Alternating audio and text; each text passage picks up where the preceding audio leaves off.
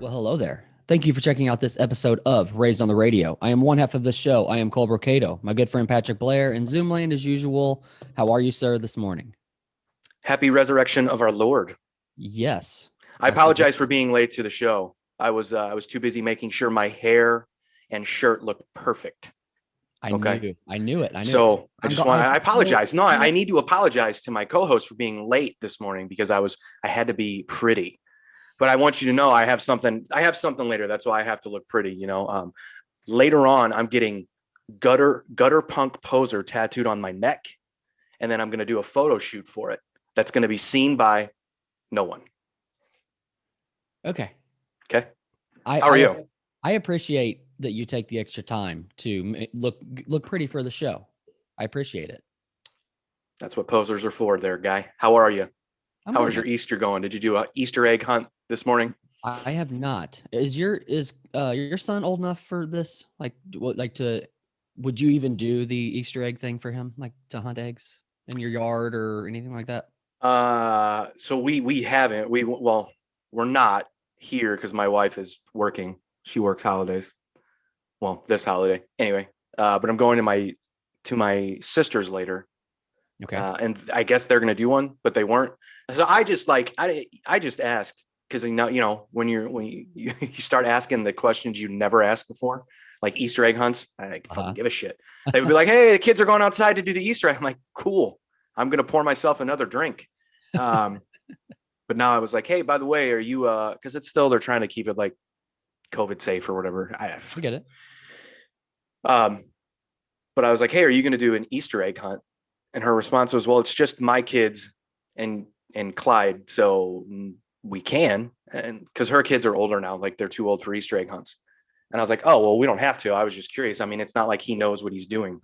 And also, he can't walk, so I'm going to be carrying him around, picking up eggs, and going, "Hey, isn't this neat? It's purple." And then Oh he man. can't have what's on the inside because he'll swallow it and die. So I guess we're doing one. I don't know. Whatever. Easter's like I think I said this before. Easter is an odd holiday. Like I feel like a lot of holidays are weird for a child. Like I see people who like have newborn babies, but they feel like they have to take them out for Halloween, and they're just holding a bag and just like trying to get candy from people. And your baby's newborn. Like it's a They're month getting old. candy for themselves. What are we doing? Yeah. Yeah, that's odd. I mean, yeah, I took him out last year, but we didn't go trick or treating. Okay. You know, I just Mhm. dressed him up and uh, went and saw a few people. But yeah, Easter, I mean, growing up Catholic like I did, when you're a little kid, the stuff you have to go through for the Catholic religion up to Easter, so the prep up to the day that they say Jesus came back from the dead, it is some Uh-huh. scary, creepy shit, man. Give me some examples here. I'm not. I did not grow up Catholic, so I'm not sure. Okay, so I went to Catholic school. So we would always go to church in the morning and do Stations of the Cross. That's what this is called, Okay. where they essentially reenact the crucifixion and resurrection of Jesus. Okay. Okay, so I don't know if you know the story of his crucifixion, but it's Yes. Yes. goddamn brutal. Yeah. Okay. Yeah. And Yeah. to a fucking second grader, you're like, what is this? This is nuts. I just remember sitting there going, I'm confused. One, two, this is creepy. Three, I'm fighting off a boner, so I'm not paying Oh attention. my Really? god. So like anyway, it's just creepy shit, man. But what can you do? That's the way I was raised. So Oh jeez. I get it. I get it.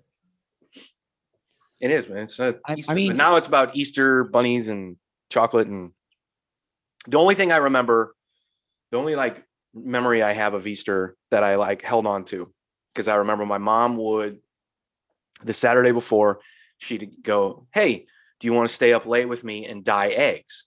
And I would always willingly say absolutely, because that meant I got to stay up later. And you know what came on Saturday nights? Motherfucking American Gladiators. And I there you lived for that go. shit when I was a There kid. you go. So I was like, Yeah. yes, I will do that. And then I would stay up and watch American Gladiators. So there you Nice. go. Yeah. But you never really got into like the dyeing of the Easter eggs and all the colors and all that kind of stuff. It was literally just for American Gladiator. It was just for American Gladiators. She caught on quick. She's like, just go. Just, you can stay up and watch it. Just go. I don't want your help. You're doing a half-ass. It was one of those things where you ask a man, like, will you help me? And they'll go, yeah, I'll help you. And you do a bad job on purpose. So they never ask you again. Uh-huh. I was already doing that in the first and second grade. So I blame my mom. Or you could blame American Gladiators. I'm just picturing your mom telling you, dude, you're doing a half-ass job at dyeing Easter eggs. Just go on. Just leave. But it would have been yelled at me because that's that's how she speaks. It's okay. Very high volume. Dude, that basketball game last night was insane. Dude, insane. Let me play a clip from the very end before we actually talk about it. Okay. It's amazing. Hang on. For a national championship. Oh, to the right side of the floor, defended by Kispert now. Drives, leans in, the runner comes up short, choosing the rebounds and puts it in. We're tied at 90. 3 seconds left. Here's Suggs the other way. Pull up three for the win. Yes! Yes! Yes! Of the championship game. He knocked from 40 at the buzzer. Yes! The Bulldogs. Wow. National championship. The thing I love about that clip, and it was tweeted this way, that's how I discovered it. That guy yelling, just saying yes, was Adam Morrison. Yeah, I see the name. I'm not sure who that is. Okay, so he is a Gonzaga legend. Okay. He was considered. So he played for Gonzaga. He was an All-American. Was a badass in college. Really good scorer. He lost to UCLA. Ironically enough, his senior season to go to the Final Four. Pretty sure it was the Elite Eight. Yeah. Lost on a last second play, kind of like the one last night. Or They had the ball, they had the last chance, they had the last shot of the game and they missed. But he got drafted, I think, number 3 in that year, the draft following that. And he was considered to be the next Larry Bird. And he's considered to be one of the biggest flops in NBA draft history. Really? It just didn't work out. It just didn't transcend in the NBA for him for whatever reason. But in college, he was a badass. So that was him, screaming and yelling like that, which I thought was funny because he's an alum. He's a ride or die for Gonzaga. So very cool moment. That game, that's one of the best tournament games I'd say in history. People were saying like, oh, the last few years. I'm saying, fuck that, dude. Considering who was playing, they're undefeated. They're playing an 11 seed who, honestly, all things considered, got lucky to even be in the tournament. So who they were playing, it goes to overtime. That's one of the best games ever, dude. Back and forth, like. And I was texting you. We were texting before, and I was like, dude, Gonzaga literally, legitimately has 4 5-star players in their starting 5, possibly 5. Like, it's insane. Those kids are so good, and it looks so easy. That Timmy kid, everything he did looked easy. Defensively, offensively, it just looked easy to him. Yeah. And it makes you really upset because he's got that stupid facial hair, and he always flexes after he does something. Yeah. But that's basketball now. We're in the Steph Curry era of basketball, so I get it. But yeah, great fucking game, man. That was unbelievable. But I was looking at these guys last night, like trying to picture them on an NBA court, though. Even that, they have 5 spectacular starters. Could you see all 5 of them playing in the NBA? No. Could you see any of them? Jalen Suggs, the guy that hit the game-winning shot, he's a lottery pick for sure. Now he came from. Did I hear them say he came from like South Florida? Did he play? Is he a junior? Did he come like he did play his first 2 seasons at? I don't know. I don't know. That's the thing, dude. I only saw them play probably 2 or 3 times this entire year. One of them being a tournament game because they're on the West Coast, so they were always on late. And I never stayed up. I'm like, I'm not going to stay up and watch you play fucking BYU. Yeah. Like, I wanted to. So I didn't. And I didn't do. Unfortunately, I didn't do my due diligence and do research. I know Timmy's from Texas. I want to say Suggs is from Minnesota, dude. Okay, maybe I'm wrong. Maybe they were talking about somebody else or something. And that Ayayi kid is from France. Kispert's a senior. So I think Suggs is definitely going to play in the NBA, and I think he'll be good. Kispert could be like a Kyle Korver type. Possibly. He's going to have to really, really up his 3-point percentage, meaning the percentage of shots he actually makes. But I could see him playing at the next level. Timmy, I don't know. He might be undersized for the NBA. That's what I think. Yeah. I don't know. I don't know. He's very impressive in throwing his weight around now. But you go up to that NBA level where you've got guys who are 7 foot tall and yeah, but it's a less physical game, man. They say that every year about a kid. He's not physical enough. He can't play, and then it doesn't matter. They go there and they develop their game. Like he'll probably develop into a jump shooter or something. Yeah. And he's still going to be able to rebound because teams don't rebound until the third and fourth quarter of NBA games anyway. So it's like, whatever. Yeah. I don't know. Yeah. I don't know. All of those kids could potentially be playing at the next level, whether it's the NBA. I don't know. Definitely pro overseas, definitely in the G League. That point guard kid, as quick as he is, dude, he could probably start in the G League and work his way up to a team. That kid is lightning fast, dude. That kid runs like a fucking deer. Yeah. It's just like he was just all over the court all night. And he didn't get tired. He never looked like none of those guys looked tired. That was the more impressive thing about that game on both sides. Neither team looked tired. And they played an overtime game. Yeah. Where it was this final score was 93-90. So it was a back and forth game. Good game, man. And there wasn't much rest for any of them. I think the only person that was in foul trouble was Timmy. And he only sat for maybe a minute or two. Yeah, it was kind of funny when Suggs got his third foul, I want to say. They sat him down for one play. Yeah. I was like, why did you? Okay, whatever. Bring him back in. You need him anyway. Yeah. Yeah, I think it hurt UCLA because that Bernard kid was in foul trouble the whole game, and he was the only one. And he's like one of their top rebounders and sort of he kind of makes plays happen because of his defense and stuff. So that was a great game. But isn't it kind of like everybody kind of is excited for upsets, right? Every year. Sure. So now we have a number one against number one. So it's kind of like it's still exciting. It's still going to be exciting, but it's still like maybe kind of not as exciting because it's like, okay, well, this is kind of what should have happened if you really think about when you place seeds on teams. Well, those are the two best teams all year. Baylor and Gonzaga were the two best teams all year. So, the two best teams are playing each other. It should be a good game. I mean, it should be because Baylor is really talented as well. I'm excited for it. I'm going to watch. Yeah. I would watch regardless of who was playing, but yeah, right. I think it'll be good. Yeah.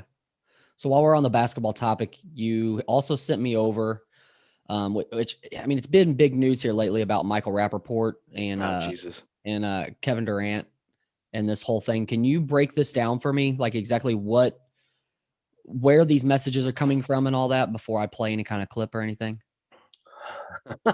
Okay. I'll try. I'll try. As you know, they're both best friends of mine, so I have the inside scoop. So, okay. Yeah. They go back. So, they know each other. Rapaport had Kevin Durant on a show he does called The Shame Game, where they basically call out people. They call out trolls online, and they put them on blast. So they know each other. But I guess Kevin Durant was being interviewed by Charles Barkley, and he got asked a question, and he was kind of a little baby about it, like he usually is. Kevin Durant. Let's be very, very clear here. We're talking about two guys who are super sensitive. Okay, one likes to talk shit. Okay, but also reacts to people responding to him talking shit. That's a bad medicine for what's happening here. Absolutely. And then the other is a super sensitive baby NBA player. He's a pampered person. Sorry, if anyone dislikes me saying that because you love KD and you love the way he plays, that's cool. Yeah, he's a really good player, but he's a bitch. Anyway, Charles Barkley asked Kevin Durant a question. Kevin Durant was a little baby about it. And then Michael Rapaport just posted like, hey, just answer the fucking question. You're super sensitive. I'm paraphrasing. And then Kevin Durant started sending him these DMs. Basically calling him a pale bitch, saying he'll spit in his face the next time he sees him. Talked about his wife, said he would fight him, meet me on West 17th Street. And okay. And so the reason that this even got out is because Michael Rapaport leaked those messages online. Right. Mm-hmm. So people are upset about that. They're saying, why would you leak personal messages? That was supposed to be private. Why would you bring those out into the open? And then other people are saying, whoa, it's kind of out of hand what he was saying. He's talking about his wife, this and that. So we kind of understand why he's upset, but also why are you leaking private messages? So really it is about A, why is Kevin Durant so sensitive? B, why is Michael Rapaport exposing private conversations? But it seems like these private messages were started by Kevin Durant. I believe so, yeah. So, I mean, they're both considered celebrities. So why would anybody think differently? Why would anybody think that this wouldn't happen? And why, Stephen Smith was, I'll play a clip here in a few about it, but he's like, as far as like the streets go, you don't do that. You don't leak messages like that. And, you violated street code and whatnot. I'm so glad you said that. So play that clip then, please. Okay. Hang on. Give me two. You had to bring that part of it up. I wanted to wait on that. Well, look, I don't think anyone didn't expect it necessarily, but if you and I were talking via text message and then you put those on Twitter, I would be upset. It's private conversation. Now, you and I aren't celebrities. Right. Which means that there are less consequences to you or I, there are less consequences for you and I, either A, talking to each other like that, or B, talking about someone else like that, whatever the case may be. I mean, if I send you a text and I say, hey, your wife is probably ashamed of you. Why don't you meet me down in the woods and I'll spit in your face, right? If I said something like that to you and you put it on Twitter, can I be mad? Sure. Should other people be like, hey, man, why would you put that on Twitter? Sure. But wasn't I an asshole for saying that? 100%. So whatever happens after I say it, I'm just as much to blame as you are. Yeah, it's your fault because you did it. But it's also like, wouldn't you want to expose somebody for being a douche and saying things like that? You got the clip queued? Yeah. We'll go back to that question. So play that. Here we go. In a second. All types of street code. Here we go. First things first. Let me call out Michael Rapaport. Bro, you violated all types of street code. You know the rules. The fuck does he know about street code? Message from Kevin Durant to yourself. You had no business making it public. I know Michael Rapaport just like you do, just like various others do. I like Michael. He crazy sometimes on social media, but incredibly hilarious. You all right? Incredibly hilarious. Here's the deal, and I'm cool with him. He knows where I stand. You had no business exposing private, direct messages from Kevin Durant. Period. Now, knowing Michael, he'll probably say, that man mentioned my wife. The minute he did that, all bets were off, because Michael could get emotional like that and not understand it. You still had no business doing that. You're a grown man, and you've had contact face-to-face and otherwise with Kevin Durant before. There could have been opportunities for you to squash this privately. You did not have to make that publicly. So he was wrong for doing that and violated all types of street codes. Let's just call that what it is. Having said you can't call it what it is. My question to Kevin Durant is, what's going on? You got something you need to tell us, bro? Something going on? That's really what you're doing?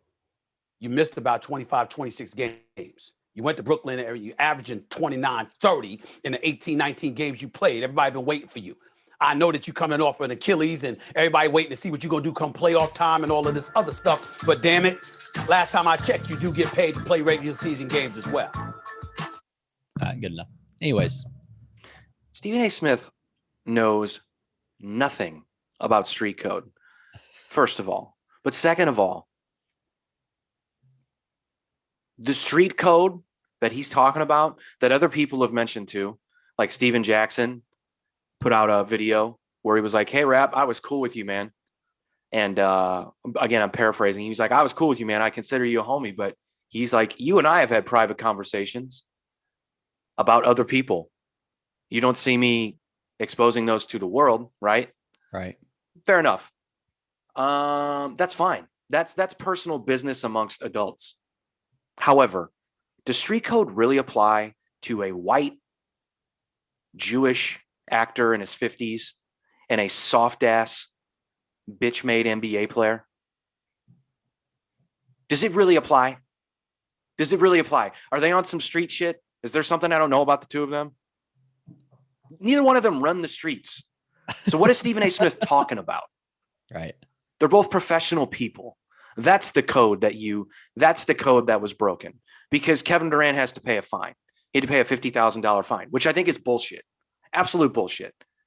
The NBA should not have fined Kevin Durant for that. The NBA shouldn't be involved in that at all. It's bullshit. He got fined for DMing somebody that has nothing to do with Because basketball? it was misogynistic and it was homophobic. So I guess it's in his contract. It's ridiculous. Yeah, that's kind of crazy. Ridiculous. So that's why people are mad at Michael Rapaport, because he's costing Kevin Durant money. There's no street code. Neither one of those guys are on the fucking streets. That's what it's about. They're both professionals, and one professional cost another money. However, and Michael Rapaport did a video where he said he had to see some sort of ramifications as well. He didn't say what they were. I know he's on a big Netflix show. I'm sure Netflix isn't pleased about it. Yeah. Why would they be? You know what I mean? Mm-hmm. So that's why you don't make these things public. But also, Stephen A. Smith, how are they supposed to? What are they supposed to meet on the corner and talk about it man to man? No one does that unless they live on the street. Yeah. No one does that. It's a very bizarre situation. I think both of them are wrong. You know what I'm saying? If someone messaged me and was talking about my wife, mentioned my wife, and said they were going to spit in my face and said they wanted to fight me, I'd be upset. Hands down. You know? Mm-hmm. So that's what's wrong about it. The other thing that's wrong about it is Michael Rapaport took it public. Shouldn't have done that. I don't think he needed to do that. I think he should have just kept it going, to be honest with you. Fuck up his game. He's not a Brooklyn Nets fan. Why don't you get him angry so he plays poorly? You're a Knicks fan. You want to see the Nets win the title? I don't. So like, that's what's wrong with it. And then other people talking about, street codes. And let's slow down. We're talking about a Jewish actor in his 50s who has kids and a wife. You know what I'm saying? And Kevin Durant, a guy who sat there for 15 minutes and cried about his mom when he won the MVP. I mean, come on, dude. We're not talking about anyone who abides by some sort of street code. When Stephen A. Smith said that, I was like, A, what the fuck do you know about that? And B, it doesn't apply. It just doesn't. It's so funny to me. That's Stephen A. Smith trying to act like he's in touch. Well, what do you think? I mean, if someone sent, look, dude, we do a podcast. We put it out into the world for the public to see. Clearly, that's why I'm so pretty. So, if a person you kind of know, let's not even say me. Don't use me as an example, because we're homies. But if it was someone an acquaintance, you've been friendly with them once or twice before. That's it. Let's say for fun, I know you don't like to do it because you're scared of success and controversy. Oh, Jesus Christ. But let's just say we talked about someone on this podcast. They caught wind of it and they started sending you and I direct messages, whether it be on Instagram, on Twitter, maybe they have our number, whatever. Right. And they start saying stuff about your wife and my wife, and they want to fight and they're going to spit in our face and this and that. How upset would you be? Realistically, because you're a non-confrontational person. That's why I'm asking you. How upset would I be is just a matter of them messaging us and threatening and all that kind of stuff. Yeah, I'm going to be pissed. Okay. What would you do? But you're asking, would I be pissed enough to take those and show them on the podcast or put them online or something like that? Yeah. I mean, it depends. I guess it just depends. And I understand where you're going with this, but I look at it differently with people who are in the news, like celebrities. I think it's a bigger deal when you get there. Yeah. And that's why I'm not necessarily against Michael Rapaport. I keep calling him Rapaport. Michael Rapaport putting those out. Like, I get it that people are mad, but then again, I'm not mad really about it. I'm because it exposes a guy who's being a complete douchebag. for sure. But he didn't really in the moment handle it the best way. Michael Rappaport's known for talking shit. He's the self-proclaimed king of talking shit, right? Yeah. But also like in our day and age, like putting that stuff out there is the ultimate call out on somebody. It really is, and Like that's what people have to understand. Like the It situation really you're is. talking about. If people were messaging us and threatening us, and I were to put that out on Facebook and Instagram and Twitter and whatnot, that's like the ultimate call out on. Listen, this guy's a douche, and you guys need to know he's a douche. And that's where I agree. I think calling the person out isn't the bad thing about it. I think the way he did it is the bad thing about it, meaning releasing screenshots of the messages. Okay. If you're the self-proclaimed king of talking shit, why don't you get on Twitter and talk about it? Talk some shit, right? So maybe go on to Twitter, call them out on Twitter so not everybody can see it all. All he has to do is go on Twitter, which he loves to do, go on Instagram, which he loves to do, and say, hey, KD, you got all these things to say to me. Well, let me go ahead and tell the world what I have to say to you. Okay. He doesn't necessarily say what KD said, right? He just said he had all kinds of things to say about me and my wife. So let me go ahead and clear this situation. Let me air out the situation. Let me clear it up. He could have done that, but also that's just silly too. But that's the nature of the work that he does. That's the nature of who he is. Gotcha. The thing that's funny, like I said, he's the self-proclaimed king of talking shit. And believe me, I'm a Michael Rapaport fan. He is in 2 of my favorite movies of all time. Possibly 3. Actually, no, he's in 3 of my favorite movies. I've seen him do stand-up. I've met him. He was nice to my wife and I. So I'm a fan. So and believe me, I am not a Kevin Durant fan. I will admit he's good, but I'm not a fan. So I don't want to make it seem like I'm choosing sides here, but Michael Rapaport is the self-proclaimed king of talking shit. And if you read what the messages said, he didn't really do that in the moment. He kind of like shelled up a little bit, right? Yeah. And he said something along the lines of, why don't you go to Brownsville and take care of the kids or whatever, because Katie's, that's the other thing people were talking about too. So another podcast, it doesn't matter who they are, they were talking about this, and they said that this is what Michael Rapaport does. He's a clout chaser, and what he does so he can get his true feelings out is he big ups the black man he big ups the black man to get people sort of off his own back, and then he says what he really wants to say about people. Okay, look. Everyone on the internet who does a podcast, has a YouTube channel, posts content on their social media, is some sort of clout chaser. Okay.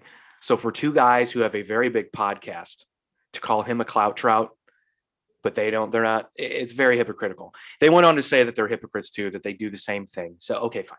Gotcha. But everyone who has a show like we're doing right now, you're chasing some sort of fucking clout. It's the way it is. We're talking about 2 celebrities.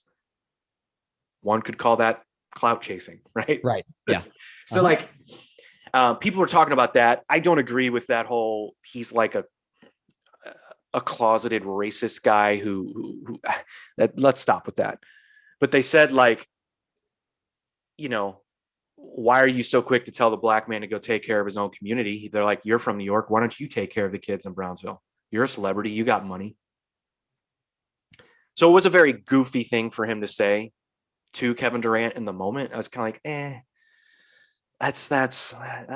well, first of all, is it ever cool for a white man to tell a black man to go take care of his community? Anyway, that's kind of like, whoa. But also Kevin Durant's not from New York. He just plays New York. You're from New York. Go take care of your own community. You know what I mean? So people could also say that to him. So anyway, it's a very silly thing. The biggest thing about it to me that drives me crazy is that Kevin Durant got fined. It's just, come on. Yeah, that's an odd. I can see it from NBA's perspective, though. It's hard to attach money to that, but that's pretty much the only thing that they can do, I guess, as far as like disciplinary wise.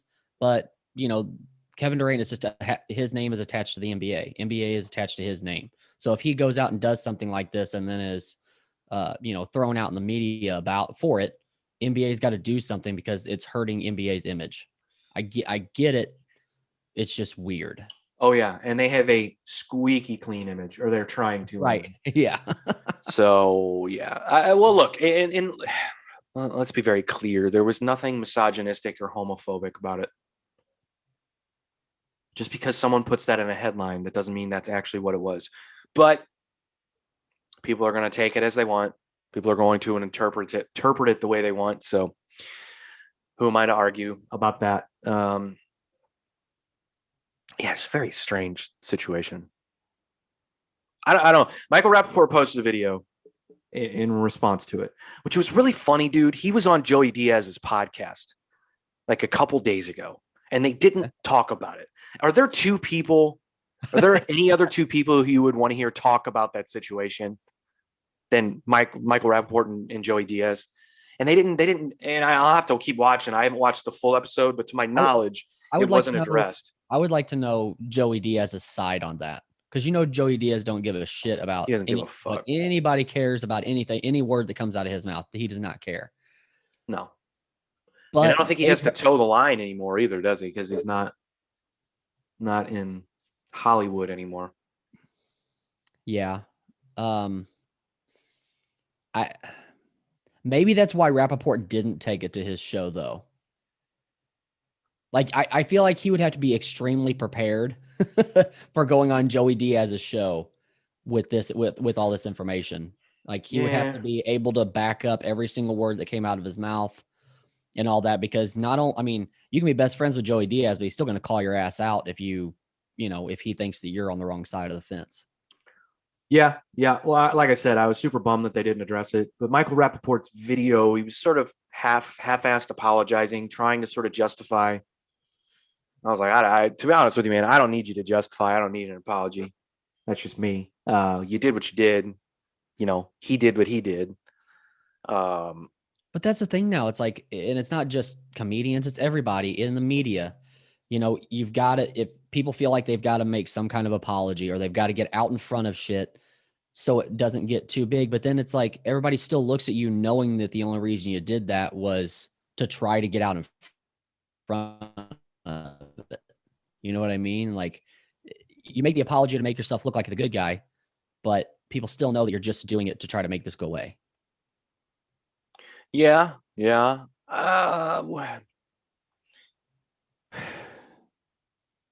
I guess you do want to make it go away because he was fined.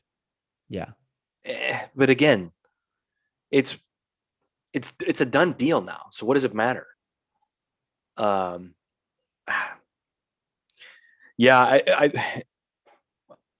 didn't even think about it this way, man. The NBA does really have they're trying to have a squeaky clean image. So I didn't even think about it that way. I still don't think he should have been fined. But also, I guess why, kind of like you, I'm in a little tiny way defending Michael Rapaport on this, in a very small way, is because I just think Katie's a bitch. I just do. I just do. Like, Katie's been busted with burner accounts, like going back and forth with fans on social media. He's a super sensitive guy when it comes to criticism. So, like, for him to react like, I'll spit in your face, meet me here, for him to react that way and then say it was a joke. It's like, was it, man? You've been caught going at fans before, right? So he's creating fake accounts just so it's not under his name to go back and forth with people. Yeah. How do you, man, is that an ego thing? Like, what, like he just can't take that people are, Yeah. Man. Yeah. He's super sensitive, but guess what? So does Michael Rapaport. Yeah. But he admits that he has burner accounts. That's the difference. It's like, I got burner accounts. Yeah. I talk shit to everybody, but why not do it by yourself? As yourself, whatever, man. Yeah.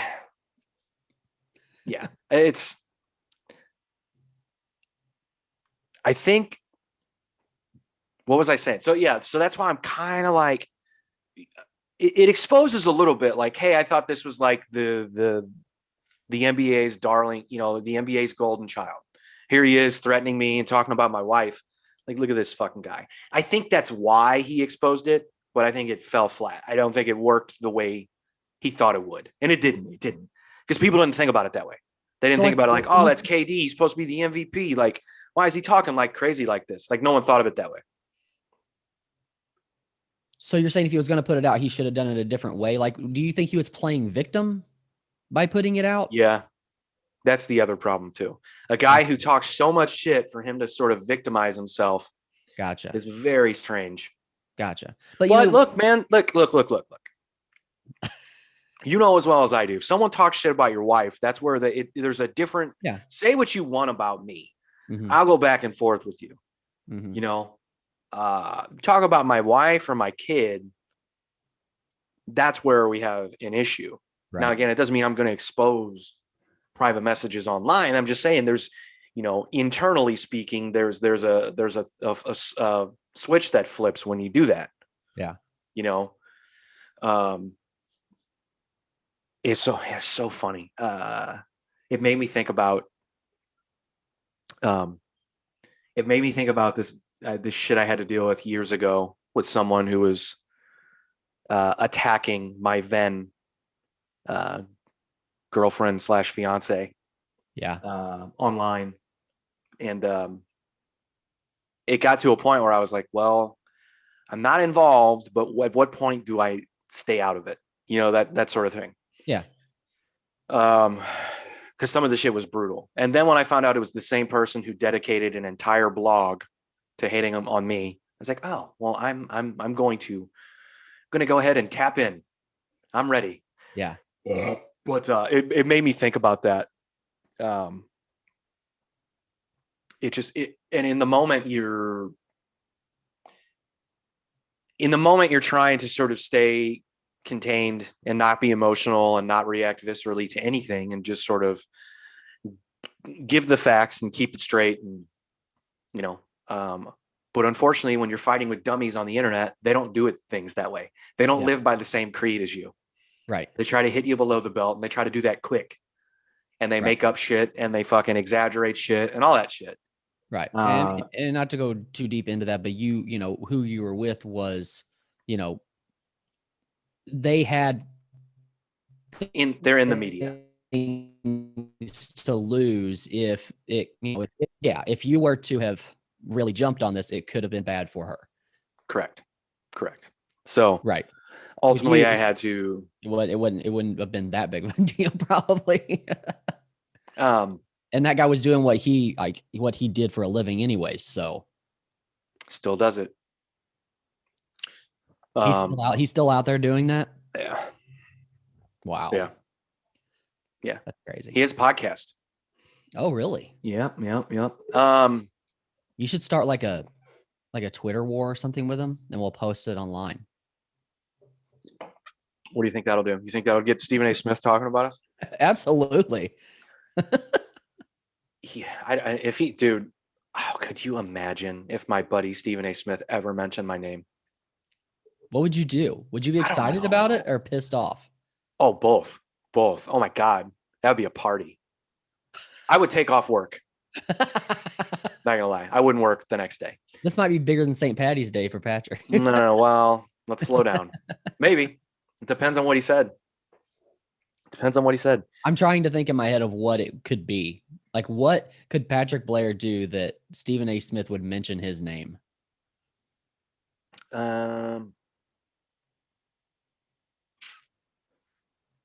If I had to guess, it would have to be probably something race related. Which, that's not gonna happen with me. That's what I'm thinking. I'm like, okay. Yeah. Well. No, I'm just saying there would have to be something that he disagreed with that I said, or who cares? He's never going to talk about me. Anyway, what do you think he thought about? Let me just say this. That Final Four game between UCLA and Gonzaga was I thought it was going to be ruined. I really did. By Miley Cyrus's performance before it started. What did you think of that? Because I made you watch it. and you were Well, upset. okay. So actually, okay, so you didn't make me watch it, but you sent me a video of you watching it and your son hating it, that was great. But He was screaming at the TV. He's like, "Why?" He can't talk yet. He can't say words, but I know what it was. He was, "Why?" Yeah, I'm not a fan by any means. She had like you said that she has like one range of note. That's it. It's one note. And Yeah. it's like does she smoke all the cigarettes now? Like is that why her voice like you also made the comment that it's like she's uncomfortable in her own skin. And I kind of make like to me my reply to that was that like every time we see her now she's like in a different persona. It seems like she's trying to bring back like an older I don't know what she's trying to do. She's trying to be a rocker chick. Yeah, like a Joan Jett or something like that. Like that is so disrespectful to Joan Jett. You take that back. I apologize to Joan Jett for Jesus. that. But you get what I'm saying. Like she's trying to take it back to that or bring that back in people's eyes or something. I don't know what that is, but maybe it's because she's trying to. She can't hit all those notes anymore, and maybe she's trying to tap into something that she can fit into. I'm not really sure or maybe she just loves that music. I don't know. Yeah. It's weird. I don't like it. And I didn't realize that was like the intro into the basketball game, which really pissed me off. I just thought you sent it to me. I didn't know what you were watching. Then I was watching all of a sudden I'm like, well, I'm going to sit down and watch the UCLA and Gonzaga game. That's cool. And then I turn it on. I'm like, son of a bitch. You've got to be kidding me. You're making me watch this. You're welcome. Yeah. Yeah. I'm sure she's going to say, and actually I think I've read that she's already said this, that she's a rocker chick at heart and she grew up on all of these musicians that she's covering on stage now. Yeah, well, she's not. She may be a fan, but she's not. That's not her. It's not her. She looks uncomfortable. And just because you put on some cool leather clothes and you grow out a mullet and you do rock and roll poses on stage as photo ops does not mean you're a rock and roller. And that's what she did. It was so funny. Like, I was watching her and this is just going to be me being a hater. It's fine. As I'm watching her, I'm going, yeah, she's uncomfortable in her own skin. She's not a good performer. She's singing the same note. She doesn't have the range. I don't know if she ever had the range. I've never watched her live as a pop artist, but she doesn't have really any range at all. She kind of stays within her comfort zone.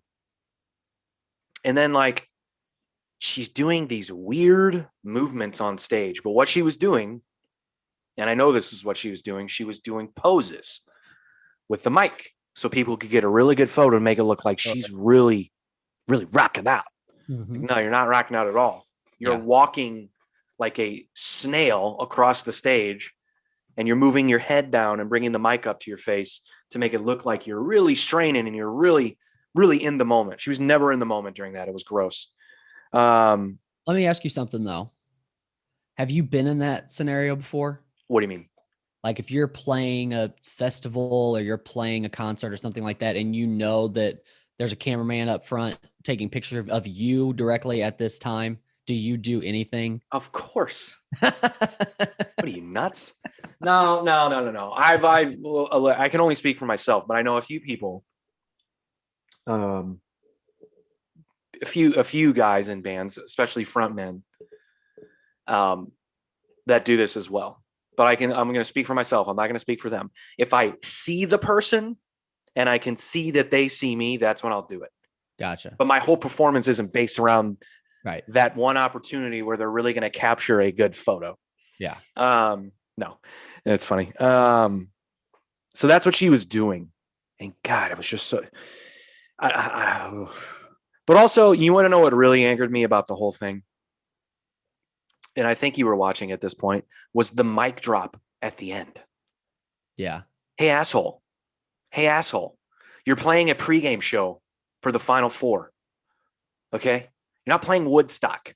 You're not playing Rock on the Range. What are you mic dropping for? There were like little 14-year-old girls down on the court watching. They're like families watching. You're so rock and roll.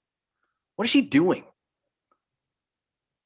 Go to a rock and roll festival, win over the crowd with that set you did last night, and then mic drop. Then you're allowed. You're not rock and roll because you dropped the mic. Oh, what a rebel. This is a really great question. When did the mic drop happen? Like, when did that become a thing? Long time ago, dude. Was it that long ago? Long time ago, dude. It's nothing new. Okay. It's nothing new. It seemed newer to me for some reason. No. I mean, Okay. you can find videos of, let me think. I know I've seen it before. I think it's from like a legendary late night performance. I think you can find videos of Chuck Berry doing it. I swear to God. Like, I swear to God, it's that old. Like, it goes way back. It's not anything new. Gotcha. I mean, I guess what I'm looking at is mic drop, meaning like the mic drop was a statement, like not just. It was a huge statement. She just rocked the house. Fuck off. You didn't do shit. It's good. Ugh. I hate that I'm like this. I really do. I don't like that I'm like this. But these artists, they bring it out of me. I swear. You said something about her voice. I don't think she's a smoker, dude. You don't think so? She said something when she was on Rogan's podcast about something happened to her voice. It's actually like some sort of, I guess it's a medical condition. I don't know. Okay. I don't know. But her speaking voice is considerably gravelly and gross. Which didn't used to be that way, right? I don't think so. I do remember. Again, I don't pay that much attention to Miley Cyrus for me to even know this. But I'm gonna embarrass myself. I do remember from the Justin Bieber documentary, Never Say Never, when she was still just like a teenager, in that she had a very deep voice for a teenager, like a teenage girl, like a very mature sounding voice. Okay. Which even back then I thought it was odd. I was like, oh God, that's, ugh. So whatever. I don't think she smokes, man. She probably does. Who knows? She might be one of those people that, like, you'd be totally surprised. We would know that by now, right? There would be something on TMZ. There would be some sort of. I thought I've heard about it. Maybe not. Maybe I made that up in my head. Just really to make myself feel better. That sounds like a job for the Google machine. Oh snap! Here we go. Let me just Google Miley Cyrus smoking. No, I'm definitely not going to MileyCyrus.com. How dare you? Let's see what we got. She is a smoker. Yep. I really feel like her voice got more gravelly over even the past few years. Now, I'm not like, buying her albums and listening to them. However, just any small amount of performances that I've seen her do, like the Super Bowl and stuff like that, I just feel like it's progressively gotten worse over the past few years. Possibly. I mean, a medical condition combined with smoking, that'll do it. But you would think for somebody who's in her position that knowing that smoking can do that to you and can affect your voice, and your voice is what you need to have a career. That seems odd, right?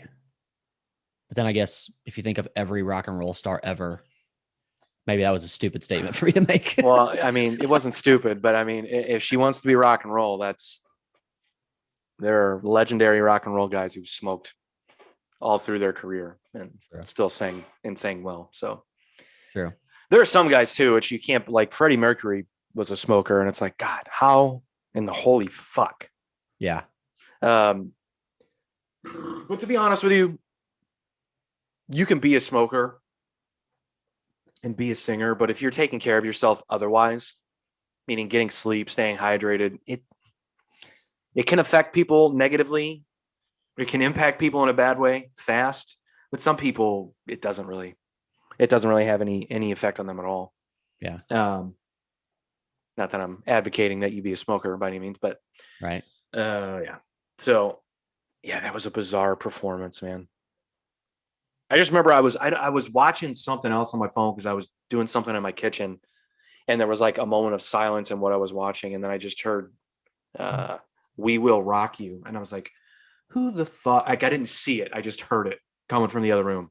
And I just stopped and I closed my eyes. I'm by myself, by the way. I just closed my eyes and I'm like, who the fuck is singing that? And I peeked around the corner. I'm like, you gotta be. It's like, let me stop what I'm doing. And so.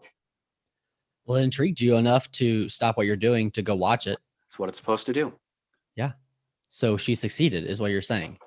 She wins. I lose, as always.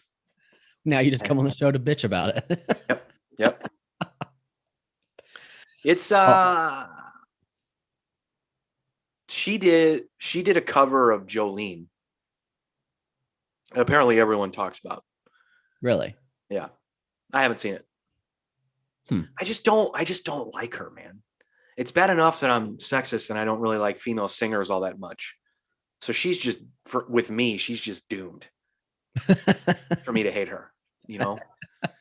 And when I say I don't like female singers, let me just make it clear. I don't dislike them because they're female. It's for me, it's a style thing. It's a voice thing. Yeah. There are some female singers that I really, really like, you know?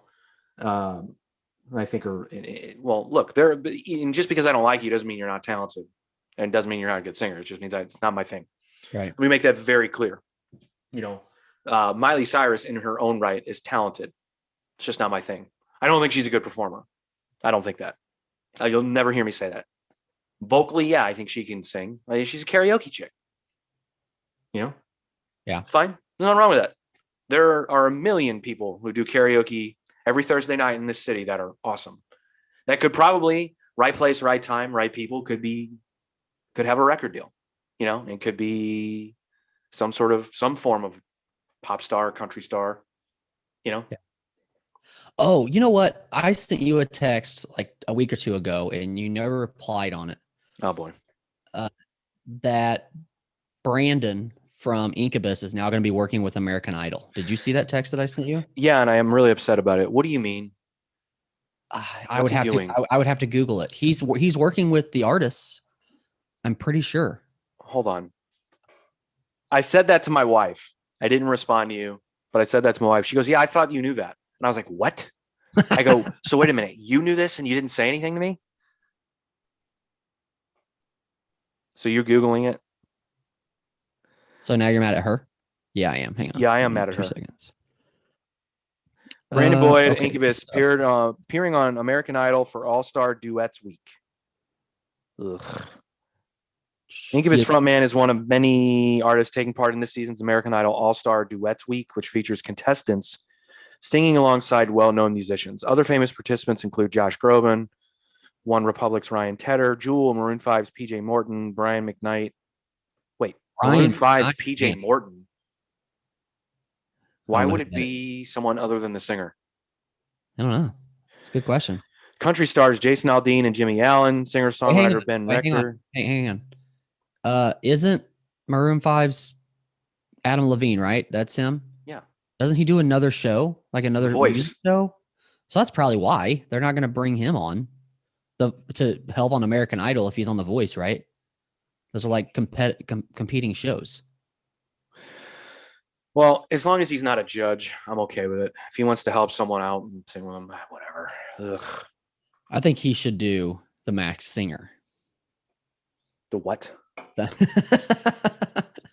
did you say? I think Brandon should do The Masked Singer. The Masked? Don't tell me you don't know what that is. What are you saying? That is. You have TV. You have TV. Masked? Masked, like as in a mask over your face. What are these words? There's no possible way. What are these words you're farting at me? Okay, so are you just mad that I'm saying this, or you don't really? You really don't know what you're talking about. The Masked Singer is. I really don't know what you're talking about. I don't believe you. I don't believe you. Okay. Why should he? This has been on for like 5 seasons now, and it's like one of the biggest shows in the country. Okay. Survivor's been on TV for 40 years. I've not seen one episode. So what does that mean? I haven't either, actually. Yeah, I don't think there's any reason to. So what would he do on The Masked Singer? What would he do? Would he sing? What would he do? If I describe this to you, it's going to piss you off so bad. Yeah, so then don't. Why are you doing this to me? Because. What's the over under that the song that he does a duet on is Drive? Why do you say that? Just because Just because it's one of the most popular? because it's TV. Yeah. And Yeah. that's like, what other song would they do? You don't know Incubus well enough to. I mean, I know quite a few tracks, but I don't know what, like, it would have to be something that people know. Like, I would say Drive, you know. See, you're more of a fan. Inca's older though, right? Like, Say it again. You're more of a fan of Incubus, like older Incubus though, right? No, not necessarily. Not necessarily. No. Now, okay. What about the album that had like Megalomaniac on it? Did that album pass a lot of people by or no? No, it was a big album. It was? Okay. Yeah. Crow Left of the Murder. Yeah. It was a big album. I like that album. My least favorite album, well, one of my least favorite albums of theirs, they've had some ones come out later that I would definitely say I like less than this one, but Morning View is probably their most popular album. It's the one with Wish You Were Here. And yeah, okay. At the time, and up till when Crow Left of the Murder was released, that was my least favorite.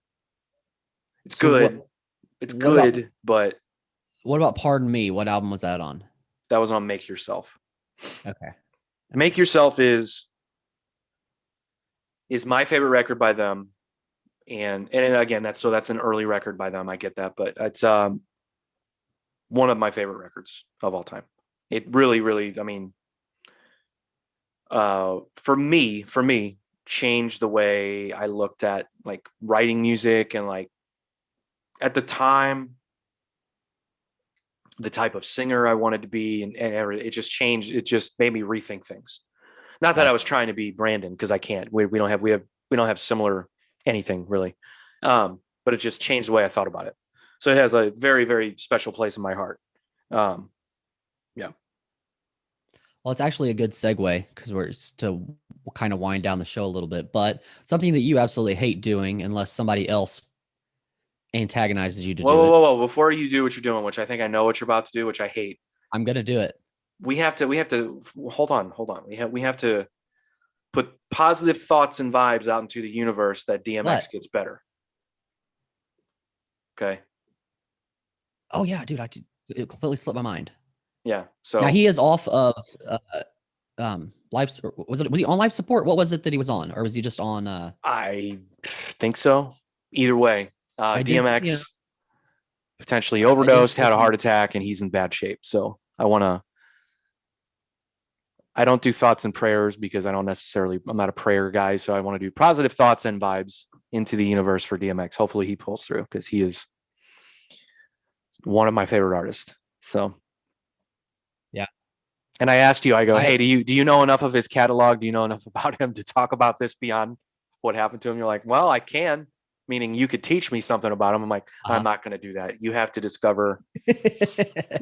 So it was funny. After I saw that story, I revisited a couple albums, and fuck, man, they're still to me.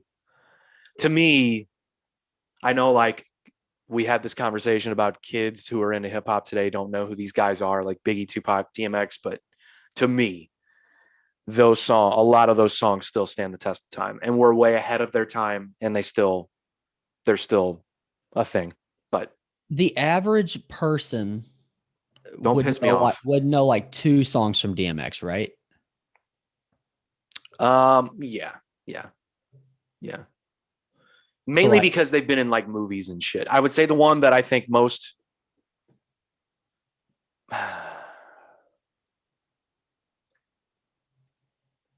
y'all gonna make me lose my mind. Yeah, up in here. That's probably the one that everyone knows. Okay, that, or is the song called X Gonna Give It To You? Is that's what the song name is? Yeah. I would say that those are the main ones that people would know. I mean, there are so many songs from his first 2 records that everyone should know. And anyway. I think even one of those would be, a lot of people would just be like, oh, the one where he barks in it. That one. How dare you and anyone who says that? God damn it. All right. Well, to get back to what I was going to say earlier before we started talking about DMX, so something that you don't like to do is promote yourself very well. You'll promote the shit out of this show, but you don't promote yourself very much. And I kind of respect that, because it's like you'll promote yourself if somebody asks you to promote yourself, or like tries to bring it on you, but you're not one to be like, just get up in somebody's face and be like, dude, this is me. This is what I'm doing. This kind of thing. I respect that. However, we should be promoting the hell out of Rocky Rocky, which is your new, or do you consider a project? Sure. Okay. So what made you choose to do it by a name, like a project by a name, versus just going by Patrick Blair solo? Or is it because you have other people involved? I chose a project name because no one cares about me or who I am. Who gives a fuck? No one cares. That's it. Okay. You knew the answer to that question before you asked it. I don't even know why you bothered. I just had to have you say it. Okay. Yeah. All right. Well, give me a quick breakdown of who was involved with this new project, Rocky Rocky, because you did just put out a new song called Hope, which is badass, by the way. I freaking loved it. I appreciate it. But so who all was involved? Who did you record with, and all that good stuff? Okay. So it's essentially me writing songs, honestly taking songs that I've had for a very long time. And I finally just said, you know what, I want to record these, but I don't want to do it, solo, whether it be acoustically or anything like that. I wanted it to take what I had and build them into songs, like if they belonged to a band. So I got my buddy Nick from Mont Street's Manhattan. He recorded the guitars and bass, mainly because I'll say this. He's really good at taking what I do, taking the skeleton of something and creating something that is a little more, we'll call it full song, and he'll know I'll like it because we like the same shit.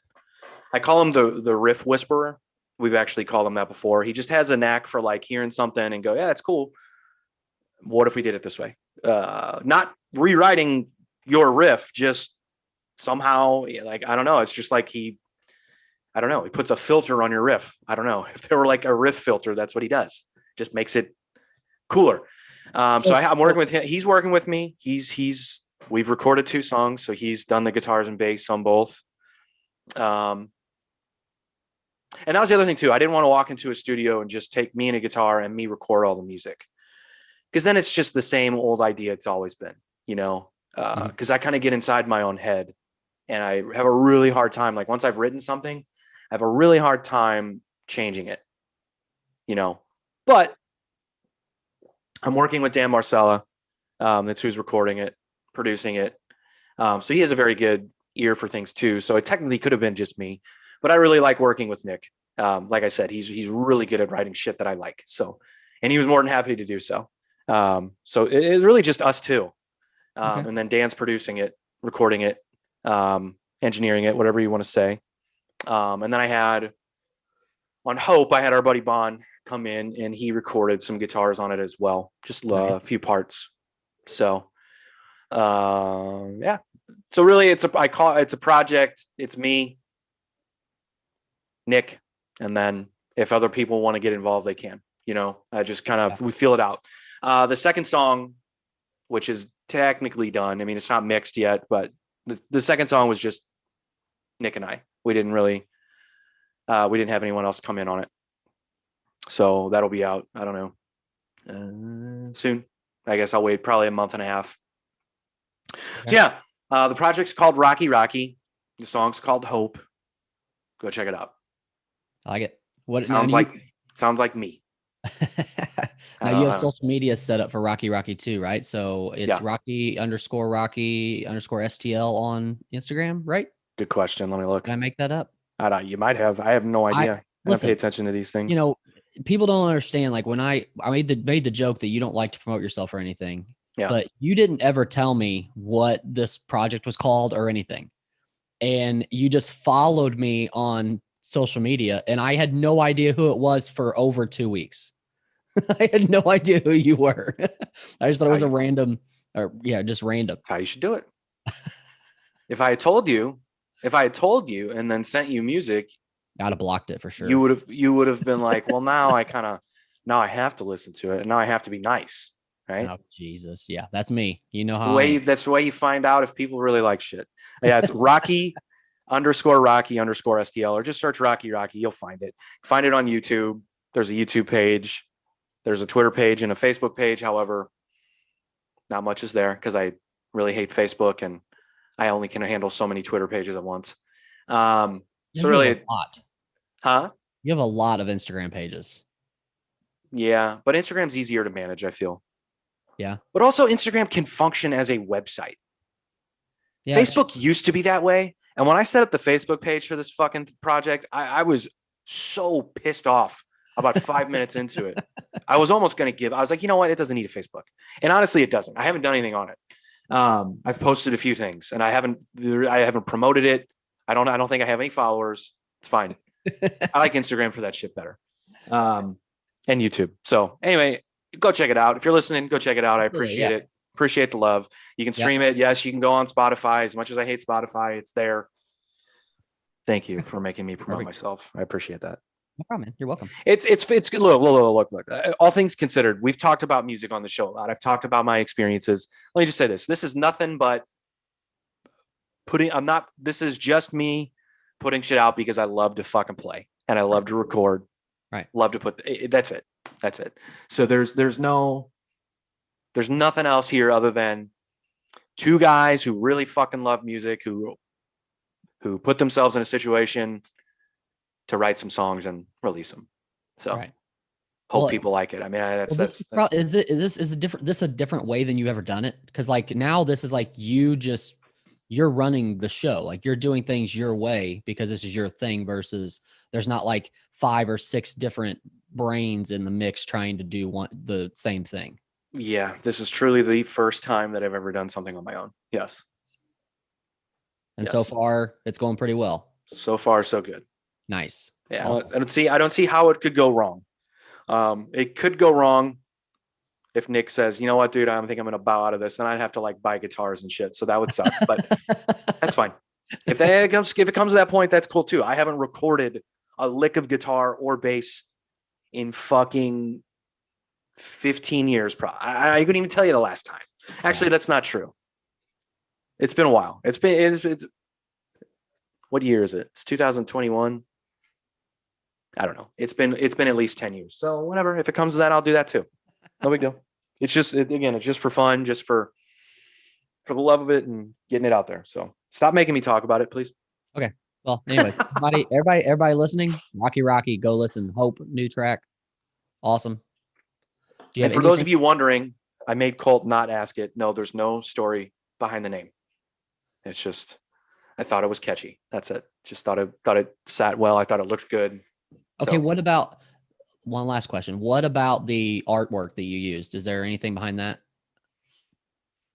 For the song, for the single? No, just this is the first time I've done artwork by myself. Oh, nice. Me choosing it, me working on it, me photo, whatever the case may be. So no, it's just, I just thought it went well with the title. Hope at the end of the tunnel. That's basically that. Nice. And then again, left it open for interpretation. So it really is the first time I've ever done all of this by myself. All of the social media, all of the posting, all of the distribution, everything. It's so. I mean, is it nerve-wracking or is it more like a weight off of your shoulders that you get to do it all? Fucking easy. I didn't, to be honest with you, I didn't realize it was this easy. I don't know why I've ever. Anyway, don't make me go further. Let's go. All right. Well, you got that tattoo appointment. Easter egg hunt. You got that tattoo appointment this afternoon, right? So we better. Gutter punk poser. All right. And we're out.